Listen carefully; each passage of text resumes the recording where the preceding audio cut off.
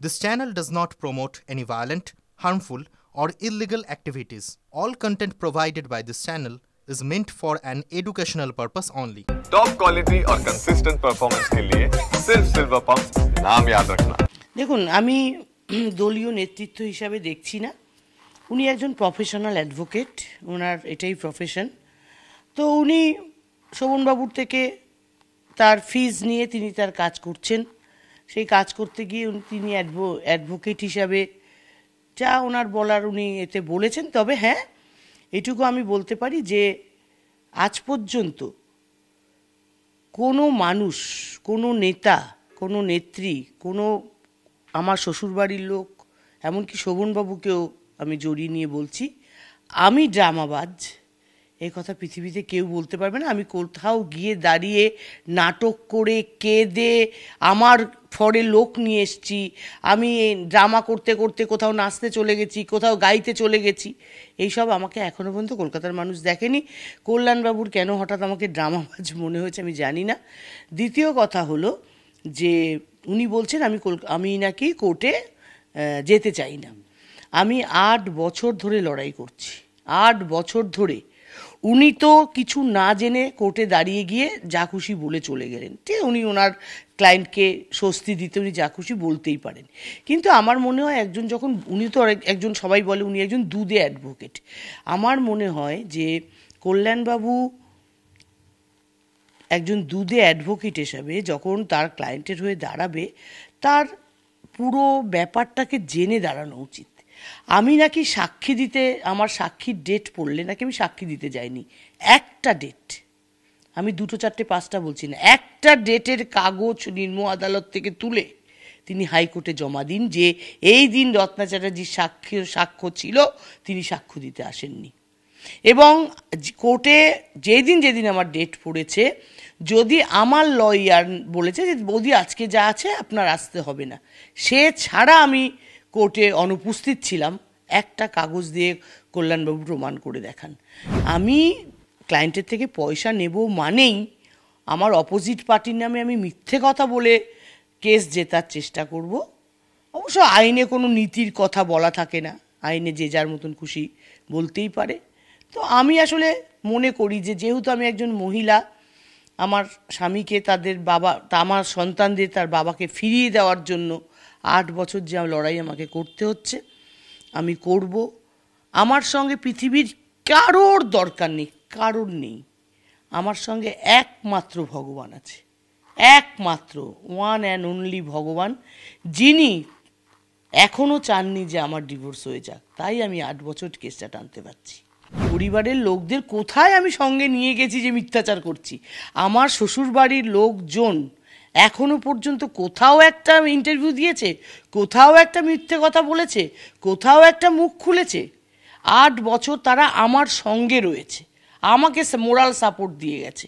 কিন্তু তারা একটা কোথাও গিয়ে মুখ খুলে মিথ্যাচার করেছে, বাজে কথা বলছে?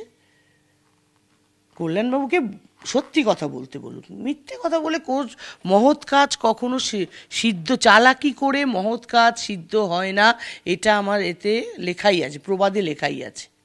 আমি যখন বাজারে জিনিস কিনতে যাই, পঞ্চায়েতের যে আলু বিক্রি করে তৃণমূলের লোক, সে কি আমার কাছে পয়সা নেয় না? এটা অদ্ভুত ব্যাপার। এটাকে কি করা হবে? It is a private matters, এটা দলের বিরুদ্ধে নয়। সে তার বিধায়ক কী হয়েছে, আমাকে তো আর্গুমেন্ট করতেই হবে। দুলাল দাসের যদি বলে যে না আমি আসতে পারবো না, অথচ সে বিধানসভায় আসবে, সে মিউনিসিপ্যালিটি চেয়ারম্যানের কাজ করবে, সে 2024-এর পার্লামেন্টের ইলেকশনে সব কাজ করবে, আর কোর্টে যাওয়ার সময় অসুস্থ হয়ে যাবে। এটা হয় কখনো নাকি? না, ওইটা বলছিল যে আমি খুব এনার্জেটিক, যখন ওইটাতে আর্গুমেন্ট করছিল না, তখন আমি যখন 70 ইয়ার্স, আই এম 69, তো কী হয়েছে, আসতে পারবো না মানে? এত জায়গায় ঘুরছো। উনি বলেছেন দুলাল দাসের হিস্ট্রি জিওগ্রাফি সব জানি। তো দুলাল দাসের হিস্ট্রি জিওগ্রাফি যখন জানেন, তখন তো আপনার জানা উচিত দুলালবাবুর 70 বছর বয়স নয়, দুলালবাবুর 80 বছর বয়স। এবং দুলালবাবু আজও পর্যন্ত মনের জোরে তার সন্তান মারা গেছে, তার বউ মারা গেছে, তার মেয়ের সঙ্গে এরকম ঘটনা ঘটছে, তারপরেও মনের জোরে এমএলএশিপ এবং এমএলএশিপ এবং চেয়ারম্যান মহসলার চেয়ারম্যানের কাজ চালিয়ে যাচ্ছেন। আজকে ওনার ঘাড়ে স্পন্ডেলাইটিস, ওনার পিঠে স্পন্ডেলাইটিস, ওনার কোমরে স্পন্ডেলাইটিস, ওনাকে ডক্টর অপারেশন করতে বলেছে।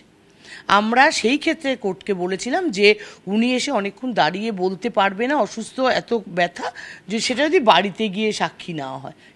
আমরা তো কোনো অপরাধ করিনি, বলিনি তো যে উনি সাক্ষী দেবে না, বাড়িতে গিয়ে। এবার কোর্ট সেটা মানেনি, উনি লাঠি নিয়ে খুঁড়িয়ে খুঁড়িয়ে কোর্টে গেছেন, গিয়ে সাক্ষী দিয়েছেন। আর আমার বাবার কালারফুল লাইফ উনি কি জানেন, কি জানেন? আমার বাবাকে নিয়ে, আমার বাবার কালারফুল লাইফ নিয়ে উনি প্রশ্ন তুলছেন। উনি আমার বাবার কি কালারফুল লাইফ জানেন বলুন, প্রমাণ করুন। মিডিয়া ডেকে সবাইকে বলুন এই কালারফুল লাইফ দুলাল দাসের, বলুন সাহস থাকলে। উনি দুলাল দাসের তো হিস্ট্রি জিওগ্রাফি সব জানেন। আজকে দুলাল দাসকে নিয়ে এত বিরোধিতা, আর একদিন কোর্টে দাঁড়িয়ে, হাইকোর্টে দাঁড়িয়ে দুলাল দাসের সম্বন্ধে খুব দুঃখ হয়েছিল, বলেছিল রত্না তুই শোভনকে ডিভোর্স দিবি না, দিবি না, কারণ বৈশাখী অত্যন্ত অসভ্য মেয়ে ছেলে, অনেকের ঘর ভেঙেছে। দুলালদার দুঃখ আমি বুঝি, কারণ দুলালদা তো, আমার মেয়েরও তো ডিভোর্স কেস চলছে, মানে কল্যাণদার মেয়েরও তো ডিভোর্স কেস চলছে, তাই তিনি দুলাল দাসের দুঃখ বোঝেন। এবং দরকার পড়লে আমি তোর হয়ে লোয়ার কোর্টে সওয়াল করব, একদম হাইকোর্টে দাঁড়িয়ে বলেছিল। কালকে আমি ওয়ালকে বলার পর, ওয়াল মনে হয় ওনার সঙ্গে কথা বলেছে, দা ওয়াল যে আছে ডিজিটাল মিডিয়া, বলেছে রত্না মিথ্যে কথা বলেছে। আমি না এত গল্প বানাতে পারি না, হঠাৎ করে একটা মানুষের সামনে হাইকোর্টে আমার 1 ঘন্টা কথা হলো, এই কথা হলো, আমি বানিয়ে বলে দিলাম। আমি মিথ্যাচারিতা করি না। আবার এই কথাও বলেছে, শোনো, জানো রত্না আমি বৈশাখীকে কি বলেছি, ও তো আমাকে জমের মতো ভয় পায়। কি বলেছি জানো, শোনো বৈশাখী, আগেকার দিনে গ্রাম বাংলায় যখন মায়েদের মেয়ে হতো, তখন মায়েরা মেয়ের নাম কি রাখতো জানো? সুচিত্রা। কেন বলো তো? সুচিত্রা সেন। সুচিত্রা সেন একজন নায়িকা ছিল, তাকে সবাই এত ভালোবাসতো যে সুচিত্রা নাম রাখতো। আর এখনকার যুগে গ্রাম বাংলায় যে সমস্ত মেয়েরা জন্মগ্রহণ করে, মায়েরা ভুল করে বৈশাখী নাম রাখে না। কেন বলো তো? তুমি একজন ভিলেন, তুমি সমাজকে কলঙ্কিত করেছো, তাই তোমার নামে কোনো মেয়ের নাম রাখবে না। এইগুলো আমি বানিয়ে বলছি। কল্যাণবাবু নিজের বিবেককে জিজ্ঞাসা করুন, শুনুন, কেউ যদি মিথ্যে কথা বলে না, সেই সত্যিটা দুটো মানুষ জানে, একটা হচ্ছে সে নিজে, আর একটা হচ্ছে ওপরের ভগবান। এই দুটো মানুষ সত্যি কথা জানে, কারণ আমি কি বলেছি আমার বিবেক সব থেকে ভালো জানে, আর যে শুনছে সবার কথা, দুনিয়ার কথা, সে ভগবান জানে। অতএব আপনি মিথ্যে কথা বলেছে, মিথ্যে কথা, রত্না মিথ্যে কথা বলেছে, রত্না মিথ্যে কথা বলেছে, চিৎকার করেও লাভ নেই। আজকে দলের অস্ত্র যদি কেউ অন্যের হাতে তুলে দেয়, দল বুঝবে, যখন বিরোধীরা এই নিয়ে কথা বলবে দল উত্তর দেবে। আমি কি বলবো?